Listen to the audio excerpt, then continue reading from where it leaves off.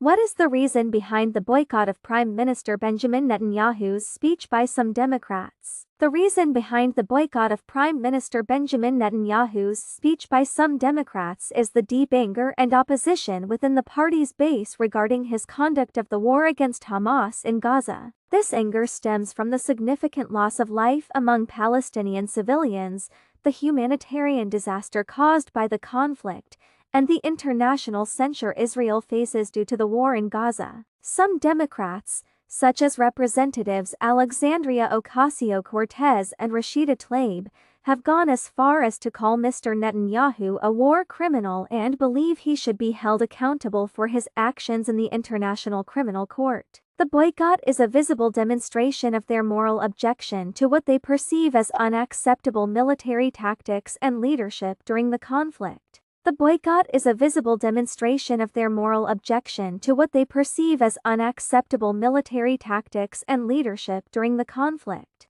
Why are some Democrats boycotting Prime Minister Benjamin Netanyahu's speech? Some Democrats are boycotting Prime Minister Benjamin Netanyahu's speech due to their strong disapproval of his leadership and the tactics used during the war against Hamas in Gaza. They are expressing their opposition to what they view as unjustifiable military actions that have led to many civilian casualties and a humanitarian crisis in Gaza. This stance is part of a broader criticism of Israel's conduct in the conflict, which has drawn international censure. The boycott is a way for these Democrats to make a statement against what they see as violations of human rights and international law. What are the main reasons behind the division in Congress over Netanyahu's leadership? The main reasons behind the division in Congress over Prime Minister Benjamin Netanyahu's leadership are: conduct of the war on Gaza.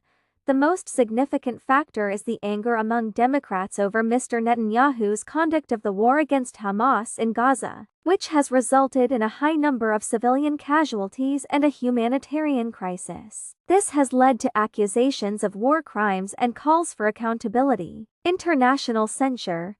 The international community's criticism of Israel's actions in Gaza has increased the pressure on Congress to address the issue. The war has strained Israel's relationship with some of its traditional allies, including the United States. Party politics.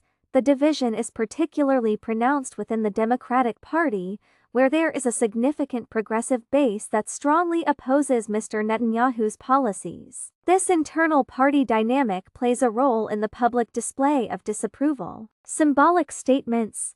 The absence of high-profile Democrats, such as Vice President Kamala Harris and Representatives Alexandria Ocasio-Cortez and Rashida Tlaib, sends a symbolic message of disapproval and solidarity with the Palestinian cause. Bipartisan support. Mr. Netanyahu's visit is intended to reinforce bipartisan support for Israel, but the current situation has underscored the existing divisions in Congress rather than uniting it. Political calculations. The boycott may also reflect political calculations within the Democratic Party, as it seeks to present a unified front under Vice President Harris, the presumptive presidential nominee, and to distance itself from policies seen as controversial or harmful. In summary, the division in Congress over Netanyahu's leadership is rooted in the humanitarian fallout of the Gaza war, international relations, party politics, and the strategic positioning of political figures within the Democratic Party.